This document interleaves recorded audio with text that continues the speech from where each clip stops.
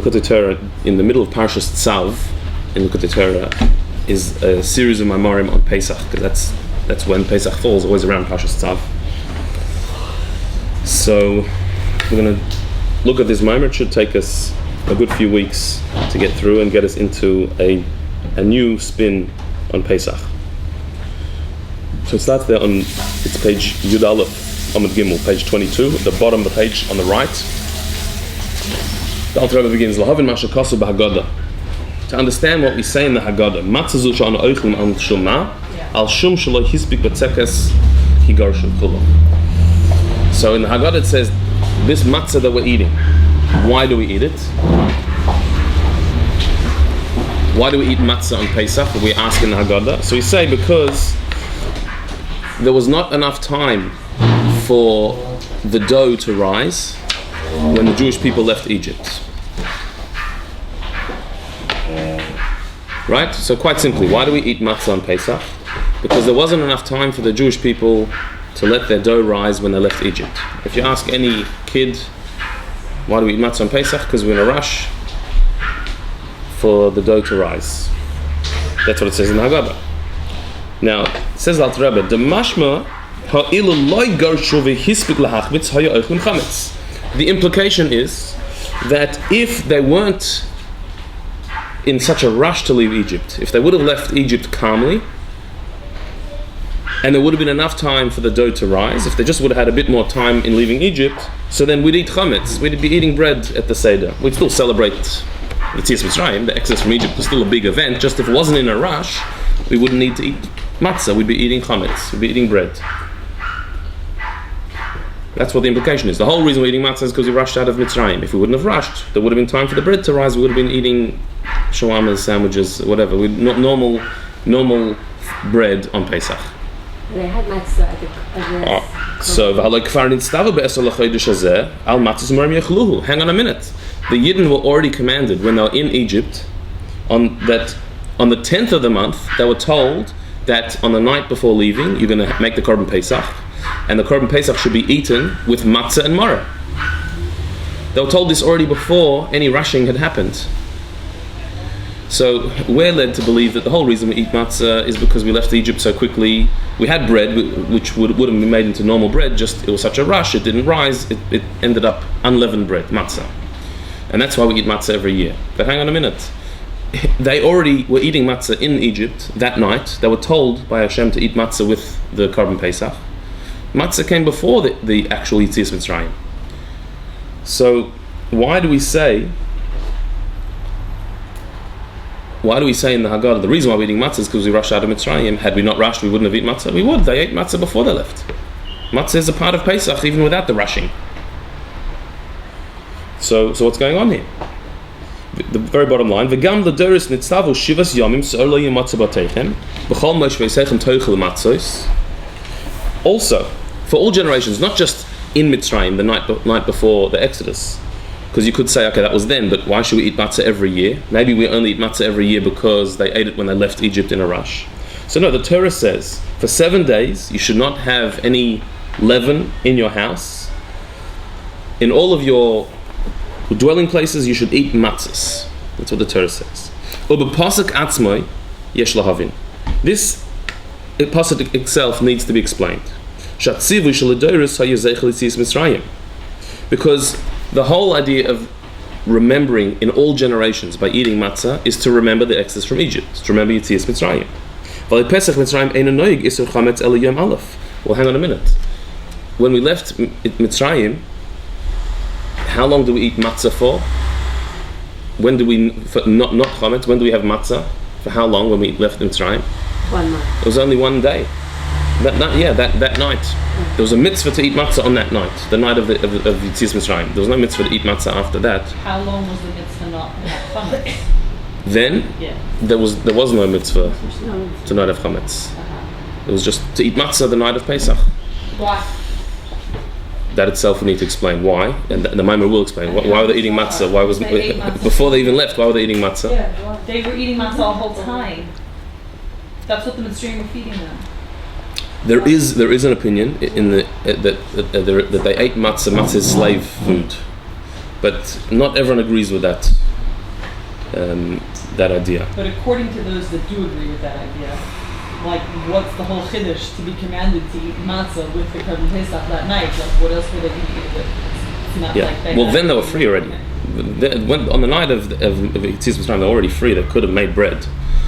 Matzah is what when you're a slave, you don't have your own time. This is what I think the Avodraham, or one of the Mefarshim says, that when you don't have time, so you make matzah because you don't have time for it to rise.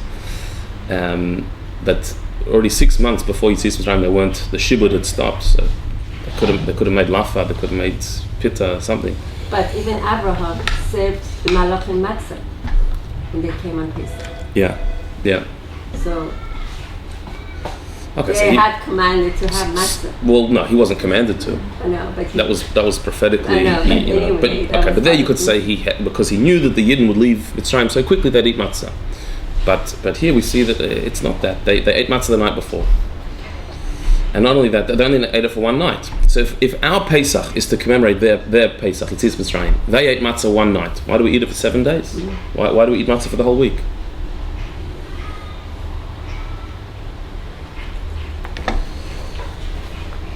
It says clearly in the Gemara Pesachim that that Pesach Mitzrayim, they had to have matzah and not chametz. They did have to have not chametz, but just that one day, that one night. So after the small brackets, the third line, Ve'inyan the Pesach Mitzrayim ein noig ela b'yom echad v'lechein dafka ki gershu u'mach mazeh hu she'achlu matzah gam b'shari mosa Pesach. So the idea is this: at Yetzias Mitzrayim, where the mitzvah of eating matzah and not having Pesach was only for one day, for that first night, so therefore only when they were left Mitzrayim, and because of that they ate matzah for the rest of Pesach, for the rest of the time. So what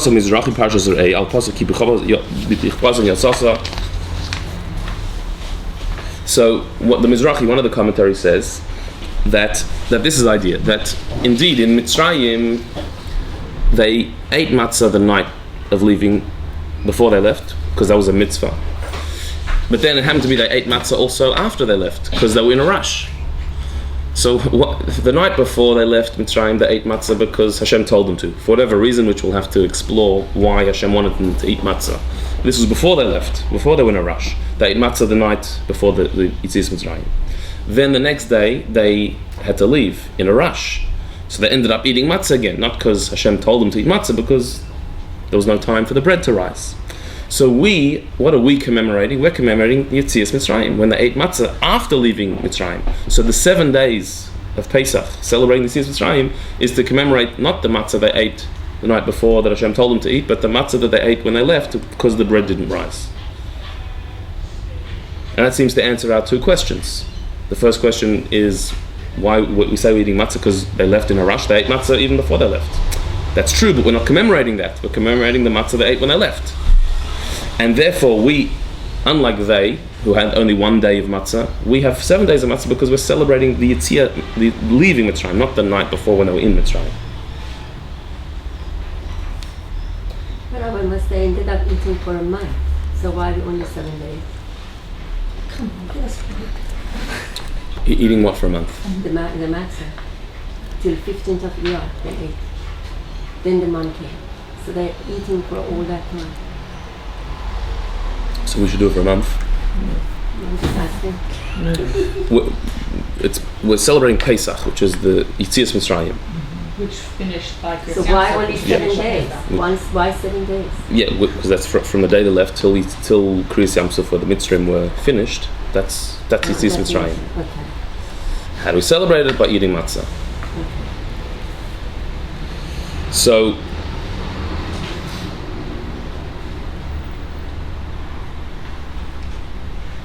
the Mizrahi, this is one of the commentaries, has explained to us. Okay, we are commemorating the Yetzias Mitzrayim. When they left Mitzrayim, they ate matzah because they were in a rush. That's why in the Haggadah it says we're eating the matzah because they rushed out of Mitzrayim. No, we're not talking about the matzah they ate the night before. That was a separate commandment. But v'afal piken atzivu shel hadoros zayin yomim v'hem zeichel Yetzias Mitzrayim. But nevertheless, the command for generations is to eat matzah for an entire week. And that is supposed to commemorate Yetzias Mitzrayim. So So even though we have somewhat explained it, but why indeed is it 7 days? Why for the full 7 days do we have to eat the matzah? Maybe we should just eat the matzah the day of the first day of Pesach, the day they left. Why are we commemorating for the full 7 days? Well, and in fact, the whole Pesach, we can't eat chametz, but we don't have to eat matzah. The first night when we have to eat matzah is after when they weren't out yet. Correct. And so the Alter Rebbe is going to address that as well. The difference between the chiyuv to eat matzah, or the reshus where you're allowed to eat matzah but you can't eat chametz. Yeah, true. So we're now on the 6th line of the page on the left at the top, the 6th line, towards the end of the line. Ulahavin ktsas inyan achilas matzah. So says the Alter Rebbe, to understand a little bit the idea of eating matzah. In other words, this maamar is going to try and give us an understanding of what eating matzah is. It's a big central mitzvah that we do. What are we actually doing when we're eating the matzah? To understand it a little bit. We have to first go on something else, explain something else. Right? This is the Alter Rebbe's style. To understand this, you have to understand something totally different that at first seems completely not connected. So what we're first going to understand, says the Alter Rebbe, is the inyan of moedim l'simcha, the idea that of festivals that are for joy. She'ikra moedim hu bechinas hasimcha, that the main crux of a festival, the main focus of a yontiv, is simcha, joy. Like it says in the Torah, v'samachta b'chagecha, that you should be joyous on your festival. So what does it mean that a yontiv is a time of simcha? She'az hu zman gili moichin de'ema, because there's a spiritual energy on a yontiv. A yontiv is not simply a day in the calendar, but it's a day where the vibration in the world, the spiritual vibration in the world, is different to another day. Specifically, in Kabbalistic terms, what that means is that on a yontiv there's a revelation of moichin de'ema. Literally, there's a revelation of the mind of the mother. Ema is Ima, the mother. Who's the mother? In Kabbalistic terms, the mother is Bina, the Sphira of Bina. Chachma is the father, and Bina is the mother. And the Moichin of Ema, which means there's a revelation of Bina, the Sphira of Bina from the world of Atzilus is revealed in this world on Yom Tov, and that causes joy. What does that mean? We'll see. We'll go through and understand it.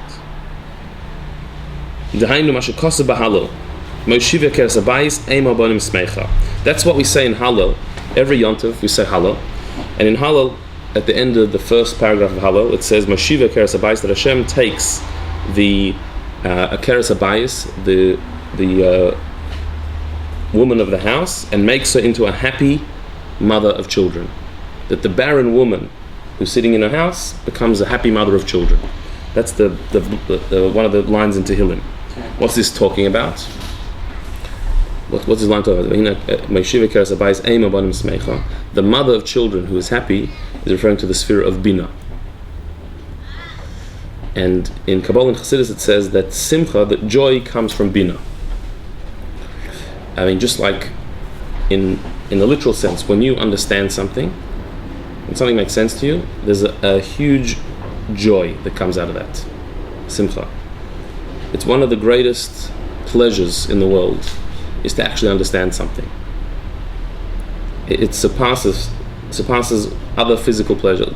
Worldly pleasures are nothing compared to the pleasure of understanding something clearly. It doesn't sound exciting. It doesn't sound all that thrilling.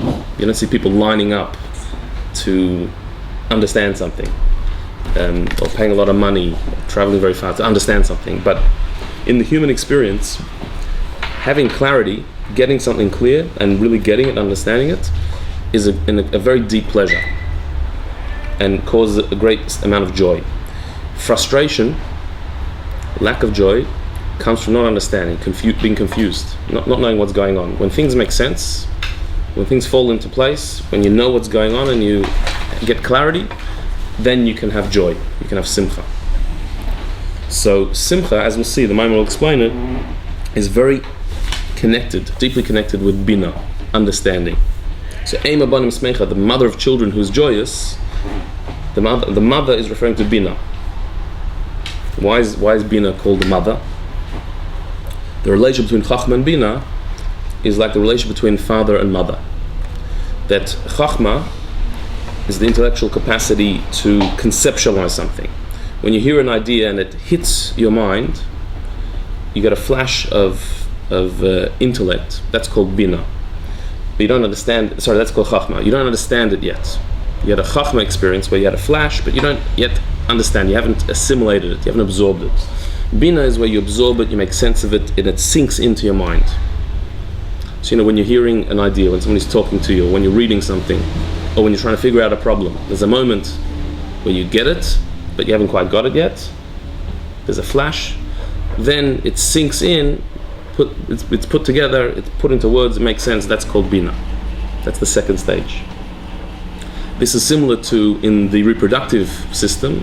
The father's contribution is short-lived, instantaneous, and not yet developed. The mother develops a being to be a fully fledged child. So the father's contribution is a chachma contribution. The mother's is a bina one, and so bina is a feminine attribute. So the mother here in Tehillim, the happy mother of children, is referring to bina. And so Yom Tov is a revelation of bina. That's what we're saying here, and therefore it's joyous. Bina b'Shabbos hu gili moichin da'aba. Now on Shabbos, not Yom Tov, but on Shabbos, there's a revelation of moichin da'aba. The spiritual atmosphere is a revelation of chachma, the moichin of Abba. V'hem yoser el yonim. Now that means that they're higher. It's a higher revelation. Shabbos is holier than Yom Tov. The laws of Shabbos are stricter than Yom Tov because it's a holier day. It's a more elevated day. Why is it more elevated? Because it's a revelation of Chachma, not Bina, but Chachma on Shabbos. V'ein sham b'chinas gili simcha ke b'Yom Tov. And therefore there's no revelation of simcha, of joy on Shabbos. There's no mitzvah to be mesameach on Shabbos. There's no v'samachta on Shabbos. On Yom Tov there's a mitzvah of simcha. Because on Shabbos there's a revelation that's on the one hand higher, but for that very reason it's a bit more elusive. It's not as down here. So therefore there's not a mitzvah of simcha on Shabbos, whereas on Yom Tov there is. But isn't Shabbos like the feminine in Malchus and much more like the Shabbos queen? It's always like the feminine. Okay, so Shabbos compared to weekday is feminine and it's Malchus. But Shabbos compared to Yom Tov is Bina and Chacham. It depends what level you're talking on. Does this somehow connect in with the fact that Shabbos is almost a gift, a fully developed contribution from the Eibusher to us, whereas Yom Tov we have to make, we figure out what day it is, what month it is, when it's Rosh Chodesh. Correct. Shabbos is a set thing, milamai lamata. It's given to us as it is. We don't contribute to Shabbos, we don't work out Shabbos, it's something, whereas Yom Tov, it's dependent on Rosh Chodesh, which is something that we have to work out. So it's like a feminine way. So which is milamata lamayla much more. Right. Yeah, correct. You say Shabbos is not connected to Simcha, it's more connected to Einig. So how would you sort of describe the difference between that? Going back to Chachma and Bina, in the intellectual thing, if you sit in a shir or go to a lecture, so there's two ways you can learn. You can sometimes sit in a class and hear ideas one after the other, and they arouse something. You find it interesting. It sparks something. It's inspiring, and there's a certain enjoyment in that. There's a certain enjoyment in listening to ideas and being inspired by them. But sometimes you can listen to it in such a way that you actually didn't really understand it. You can be inspired by something without understanding it. Why? Because certain ideas have a wow factor. There's a power to it. There's something enthralling about the idea that you get excited and interested, even without fully understanding it. And the proof is that you can hear a full lecture, sit there for an hour, and be into it and be listening, and you go out of it and someone says, "How was the shiur?" Great. What was it about? Not sure. Something to do with Matzah, or for example, or whatever it was. So, in other words, you enjoyed the shiur, you were inspired by it, you were very uplifted by it, but you don't know what it was about. So what was that? That's a chachma experience without bina. The chachma you received, the sort of the flashes of insight you received, but you didn't absorb it in such a way that it became your understanding. It didn't sink in so you can take it away with you. It's still enjoyable. It's very enjoyable. In some ways, it's more enjoyable, the chachma part, because bina is actually hard work. Bina is actually putting it into your own words, thinking about it, contemplating it, letting it sink in. That's work. You can't be passive. Chachma, you can be quite passive and just receive the flash. Whereas bina, you have to work and develop the idea and make it real for yourself. Can you compare it to Mashiach? The concept of Mashiach? What? That you hear a shiur about Mashiach, but in that you haven't done anything to do it. Doing is still a separate stage. We're not even talking about doing it. We're just talking about understanding. We're just talking about listening and understanding. So you can listen to a shiur passively and just pick up a few ideas and be a bit jolted and uplifted by it, but you didn't get it. That's chachma without bina. There's oinig there. It's pleasurable, but it's not satisfying. Which bina is much more of satisfaction, where you've worked on it and you've made it yours, and there's a deeper joy there.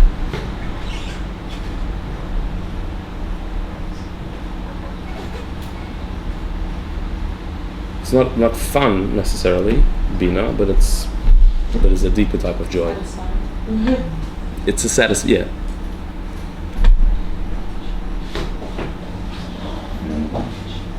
Yeah? Yeah. And how do you see that with Shabbos and Yom Tov? I don't know. Maybe the maamar will explain it better.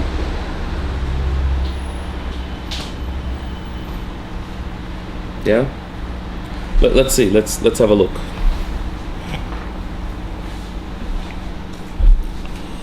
So what we said was that on Yom Tov there's a revelation of bina, of ema, of the sphere which is the mother, and so therefore it's a time of simcha. On Shabbos there's a higher revelation, that of chachma, but that doesn't mean it's a time of simcha. Because it's high, it's more lofty, but it's not as down here. We don't experience it as simcha as much. So, the idea is this: we're on the beginning of a line, about 11 or 12 lines down. It starts with acha inyan. Acha inyan ki bir mohus moichen de emo yuven b'meshanoidish yesh beis bechinas gilui eretz baruch. So to understand what this really means, what does it mean that there's a revelation of moichen de emo of bina on Yom Tov?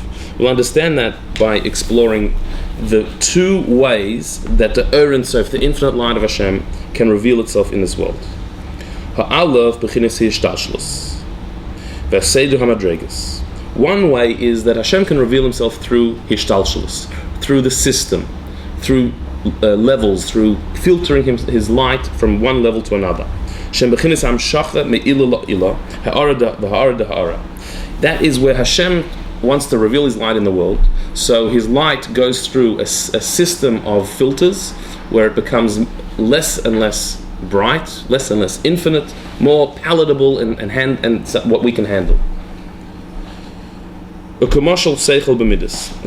What we mean by this is that Hashem's light is infinite. We are finite. So if Hashem wants to share His light with us, He is infinite, we are finite. So how does He do that? How can the infinite be experienced by the finite? So one way is for the infinite to translate itself into more finite terms.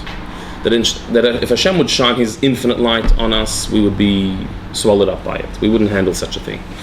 So therefore He has to take His infinite light and dilute it, cut it down, minimize it, translate it into ways that we can understand. So that's what what's called Hishtalshlus is. Hishtalshlus means a chain of worlds. We inhabit the lowest world, the physical world. We're at the bottom of a long chain of worlds, all the way up to the Ein Sof, the infinite of Hashem Himself. Every world receives a bit of light and then passes on light to the next world, but a diminished version of the light. And then that world passes on to the world below it, but a diminished version. All the way until down in this world we receive a very limited, finite light of Hashem that lets us exist, that we're able to survive, we're able to be independent beings. So Hashem can reveal His light to us through Hishtalshlus, through limiting Himself. Here's an interesting mashal to understand this within ourselves. K'mashal seichel b'midas, or midas b'machshava. It's similar to within our own self, we also have this Hishtalshlus within our own personality. That seichel, intellect, has to limit its light for it to go into emotion. And emotion then has to limit its light to go into thought. What does this mean?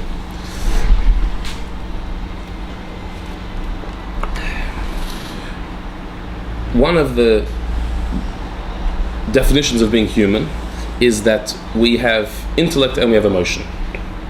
Intellect is our perception of reality. Emotion is our reaction to that reality. Right? Intellect is the way we perceive the world around us from a distance, the way we observe and analyze and understand what's going on around us. That's intellect. Emotion is our involvement in that reality, how we feel about it, our connection to it, our reaction to it. Intellect is, by definition, objective, aloof, from a distance, watching from the outside. That's what intellect does. Emotion is the opposite. It's subjective, it's involved, it's connected, it's present. Now, even though these two faculties, our intellectual faculties and our emotional faculties, are actually opposites, perfect opposites, but they actually do work together. In fact, they work very closely together. Your emotional reaction to something will be based on your intellectual understanding of it. Meaning, if you like something and chase after it, why do you like this thing? Why are you attracted to it? Why do you want this? Why are you emotionally drawn to this thing? Because your mind has a picture of this thing that it is good. Why are the things that you're scared of, that you avoid, that you can't stand and you stay away from? Because again, your mind has developed a picture that this thing is bad, is not good for me. So let's say a person. There are people that you like and there are people that you don't like so much.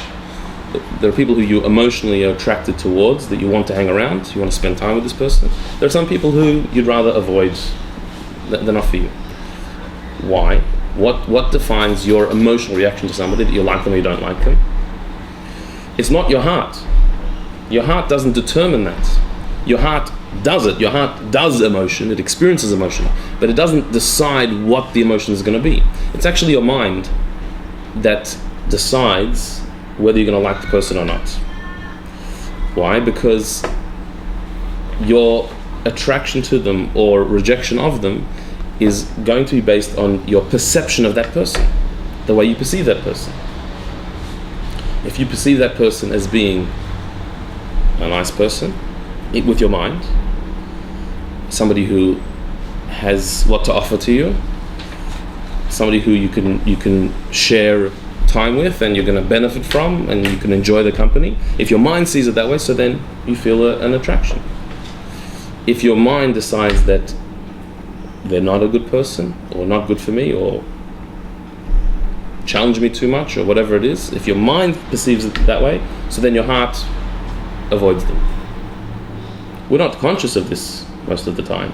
We're not always aware of the judgments that our mind is making, but it has to work that way. It can't work any other way. There must be something in the mind that is determined. Now, it might not be something very rational. Even when we're talking about the mind, it's not always very rational. So, for example, it could be that there's somebody who you just don't like. And if somebody would ask you, why don't you like this person? Why, it's a lovely person. Why don't you like them? You may actually find it difficult to explain why. I don't know. I just get a bad feeling from it. I don't know. But if we would pick your brain or analyze really deeply what it was, so we might find that there's always going to be a reason why you don't like them. It could be that there is something about them that reminds you of somebody else who you don't like. And it might be something totally superficial. Maybe their voice, or the tone of their voice, or the color of their hair, or their walk looks exactly like somebody who has hurt you very badly. And so you associate this person with that person, and therefore you just have a bad feeling about that. But you don't like them. They haven't done anything to you. They've never said anything. But there's that association, and that's it. And you don't even realize that. You're not even aware of that. It's your perception of them. It's the way your mind has analyzed that person and categorized them that is going to determine your emotional reaction to them, whether you like them or you don't like them.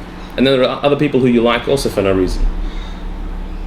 And it could be for many possible reasons. It might be you'll have decided in your mind that this person is going to give me something I'm looking for. And so therefore you like them. Therefore this could be changed.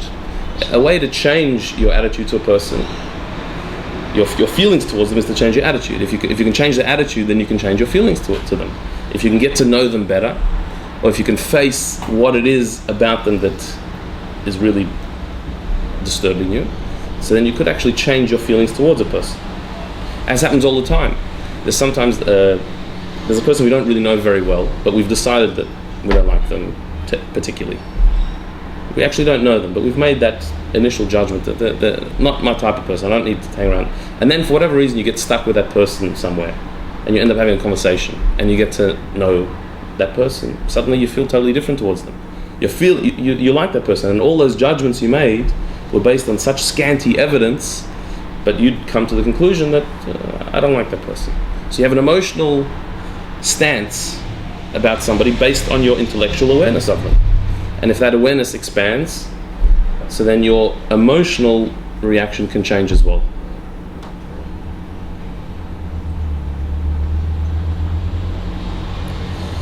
Now, what's interesting about this is that it's very obvious that there is some type of communication between intellect and emotion within us.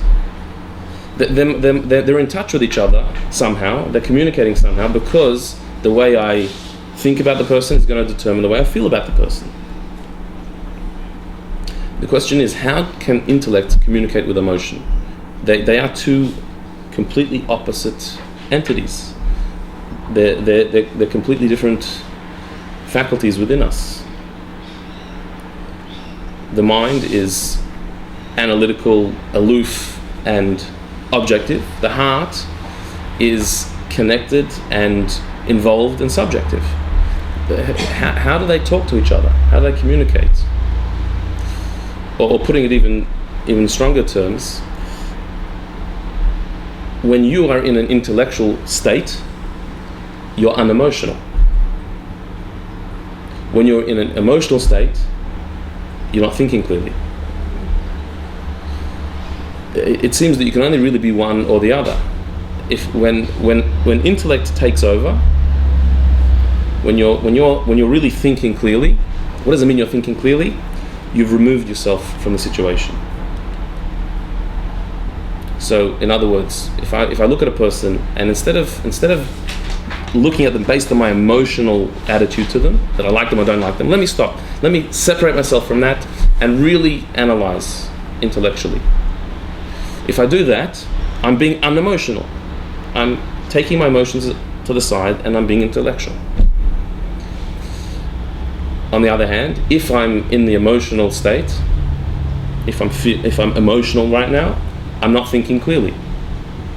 So when we're very upset about something, for example, we're in a very emotional state, we don't think clearly.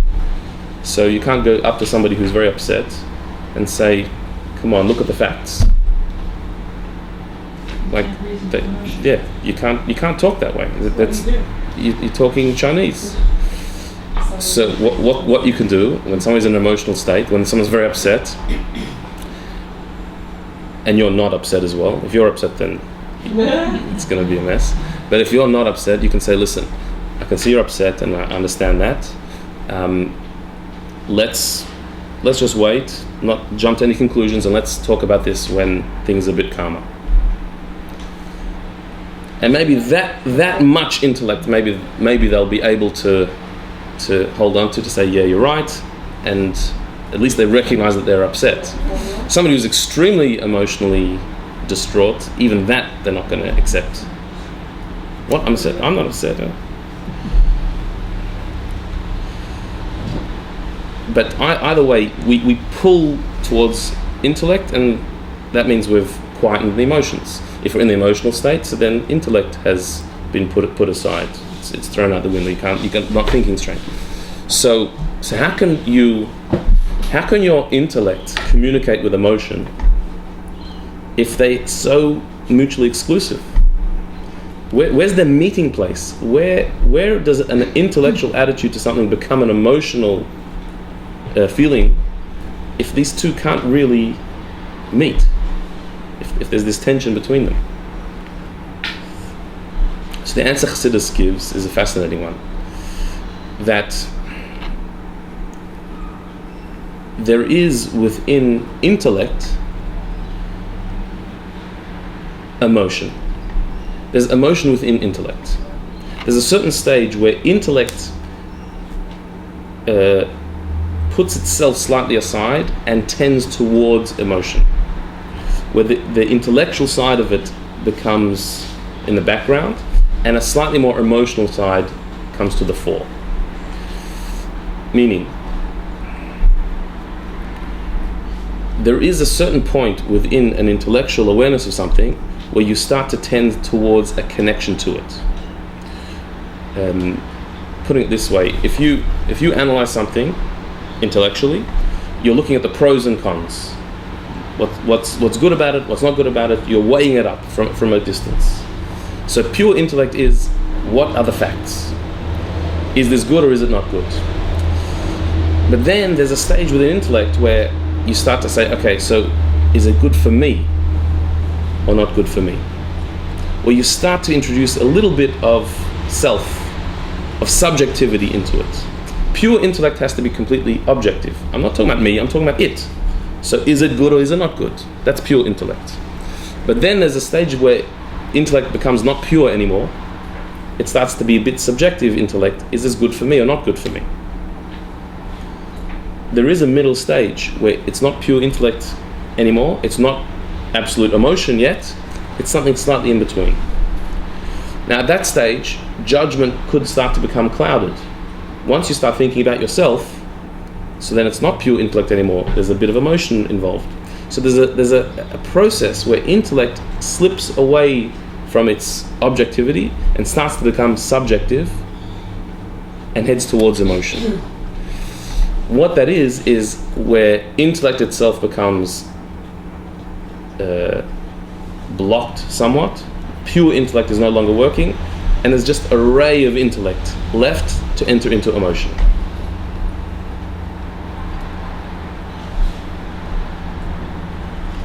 Which means that the relation between seichel and midas, between intellect and emotion, pure intellect cannot become emotion, but intellect can send a message towards emotion, and you can start to have a feeling towards something that you were aware of. This is a metaphor for hishtalshelus. There's also hishtalshelus within ourselves. From intellect you go to emotion. Your emotions don't receive the full picture of intellect. It just receives a little bit of a message from the intellect. The intellect becomes diluted somewhat when it goes into emotion, which is why sometimes it can get lost on the way. Sometimes you can, in your mind, decide something is good, and you want it, and therefore your emotions become interested in it, but then the emotion takes it totally out of proportion. Right? So in your mind, it was good, but your emotions make it the best thing in the world. It was never the best thing in the world. Your mind just said it was good, but your emotions have exaggerated it, because the emotion doesn't really keep the full intellect. When intellect becomes emotion, intellect is lost somewhat.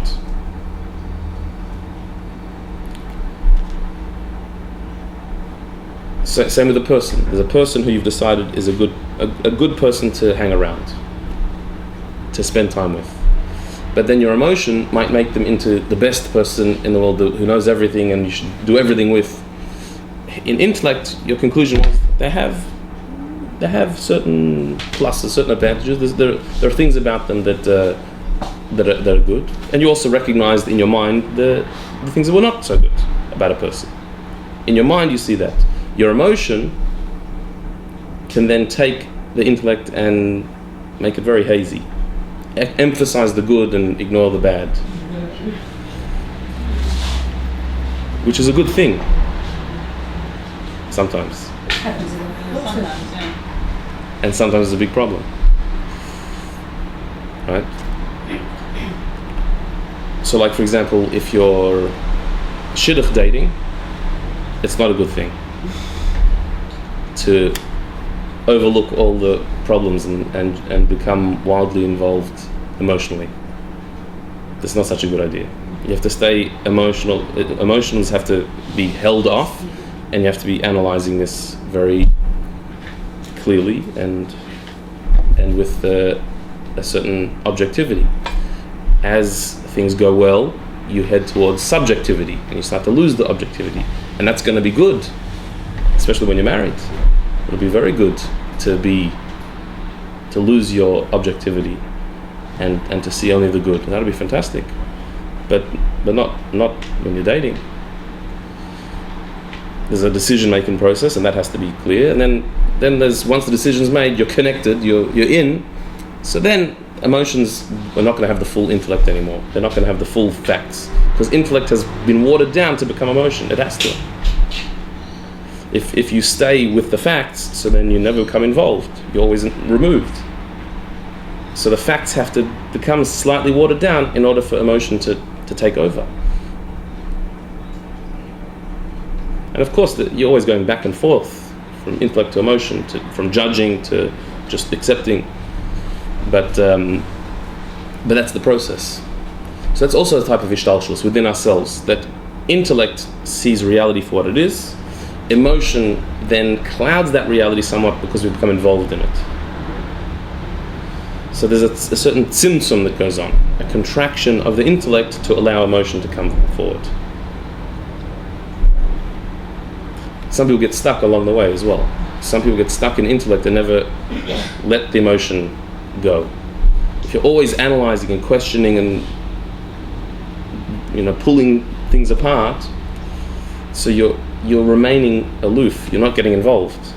You're not letting the emotion develop. So there's a certain stage where you have to push the intellect aside a little bit and let the message of the intellect, the conclusion you made in your intellect, let that conclusion become the basis of your emotion, and let the emotion go. Can it work the other way as well? What? That you have, or all emotion starts from intellect. It can't start as an emotion, and then you convince yourself or something. Okay, so people have, people often do work that way, that you have an emotional reaction to something that you then justify with intellect. But it still has to start somewhat with intellect. So, meaning, everything starts with intellect. Well, you have to be aware of something to have a feeling towards it. You have to be aware that it exists. You may have not utilized much intellect. Sometimes we go too fast from intellect to emotion, right? So you make a very quick snap judgment about something, and you become emotionally involved in it. And now you're emotionally involved, so your intellect is now going to be used as an accessory of your emotion to justify and explain why this is the right thing. So your original decision was based on nothing much. But even that starts with intellect. But it has to start with some intellect, some awareness. You can't be emotional about something that you don't know exists. So even if you move very, very quickly from intellect to emotion, you're maybe basing it on preconceived notions about something, or you're making some snap association that this new experience is like some other experience you've already had. So you're like shortcutting the process. But I can't be emotional about, I don't know, like people in Africa with troubles that I don't know exist. You know, like that. Unless you like when they're in the family. Yeah, because then you're aware of it. Then you're aware of it. You can't say, I'm walking around, I've fallen in love, I just don't know who to. I don't know who it. I don't know who it is. I'm just waiting to see who this person. But I mean, that's what the Alter Rebbe says in Tanya, that there's three parents and 7 children. The intellect is the parents, and the midas of the children. Yeah. So where does desire or something like taiva come into this picture?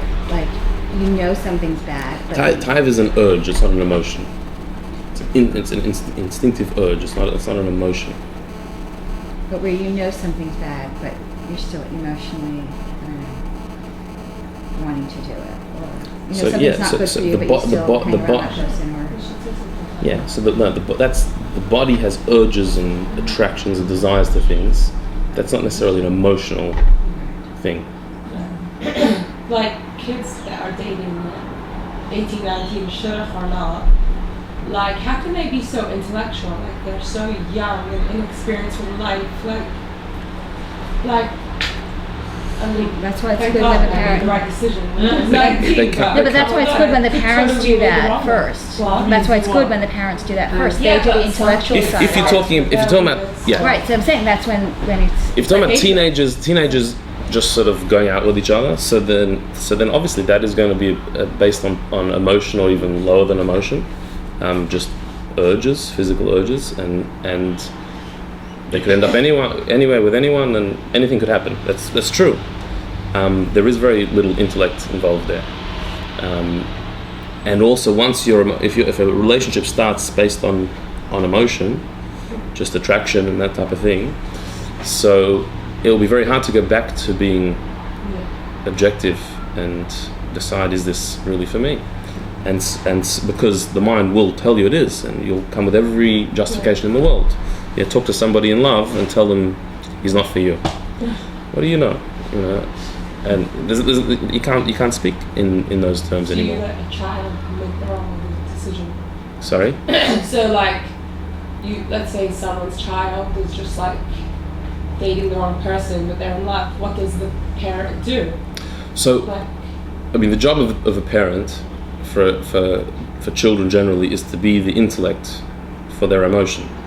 For little kids, completely. Little kids don't have any intellect that controls their emotion. And so parents are constantly stepping in as the voice of intellect to calm the emotion. And that's why parents are so calm. I would like to be called this nurtured heart approach class. But there's a certain guidance that children need, and teenagers certainly need. They don't always accept it or seek it, but that's the parents' role. But in a sense, even a child who we say is acting without intellect, they're not acting with a developed intellect, but on a certain subconscious level, we could maybe substitute the word experience for intellect. If a kid wants something, some misbehavior, a kid is raiding the pantry for chocolate, okay? So you say, oh, they're acting emotional.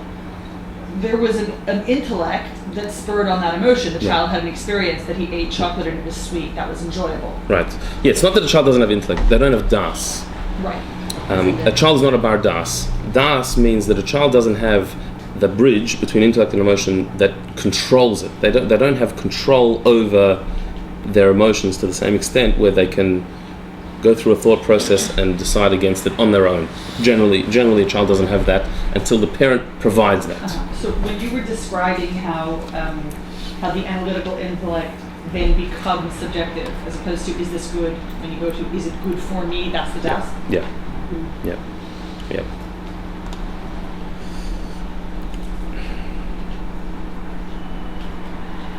Okay. So therefore we have to always start from moach and then go to the leg. Yeah. You can't always start from leg going to the leg. No. That's what it says in Tanya that yeah. Well, Moshe lives from the Zohar, and Moshe Lev means that the mind directs the heart, and so therefore the heart we actually don't have so much direct control over. You can't tell somebody to have an emotion or not have an emotion. There's no conversation with the heart. Don't love that. You can't tell me that. But you can have a conversation with the mind. The mind can come to realize that's not something I should be chasing after, or this is not something I should be scared of. And through the mind, the emotions become directed differently. How can we train ourselves to always do that?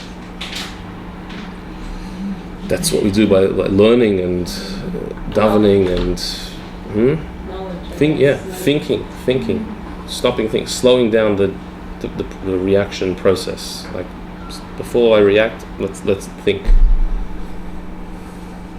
That's what Chabad is. People think Chabad is intellectual. It's about intellectual. No, it's all about the heart. Everything is about emotion. You are your emotion, but the key to your emotion is your mind. The only way to talk to your emotions is through your mind.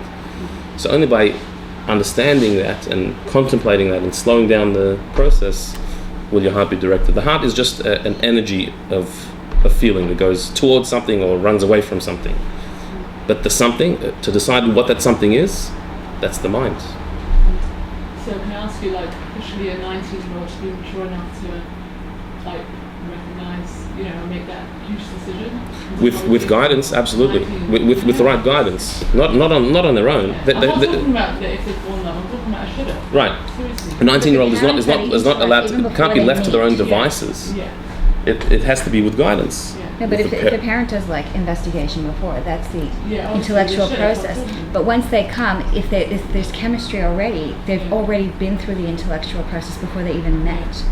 So it's Yeah, I know, it's like a whole build-up in, the parents saying are they should completely have that objective. stability and maturity, but still, it's a huge decision at that age. Scary.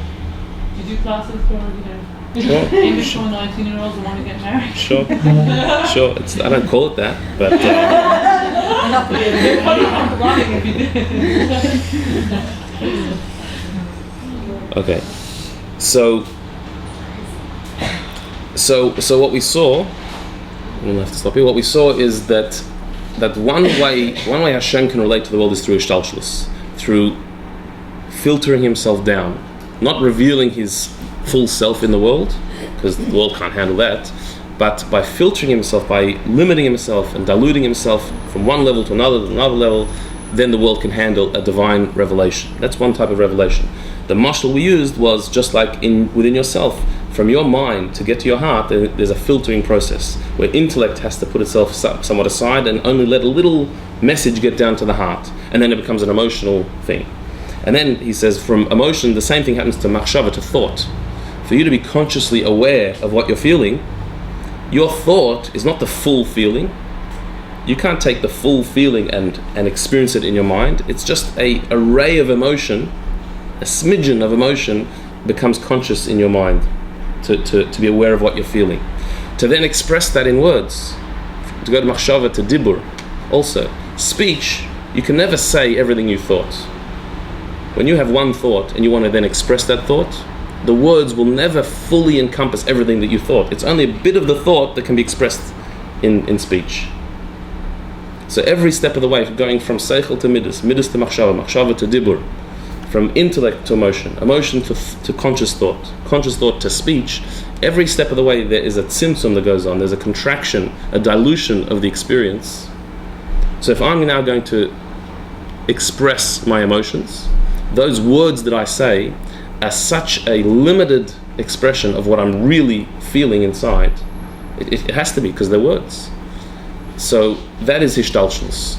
And so in a similar way, Hashem reveals himself in the world through Ishtalshelus. That's one of the ways Hashem reveals himself. But there's another way Hashem reveals himself, higher than Ishtalshelus, which is what happens on Yom Tov, and that we'll see Mitzvah Hashem next week.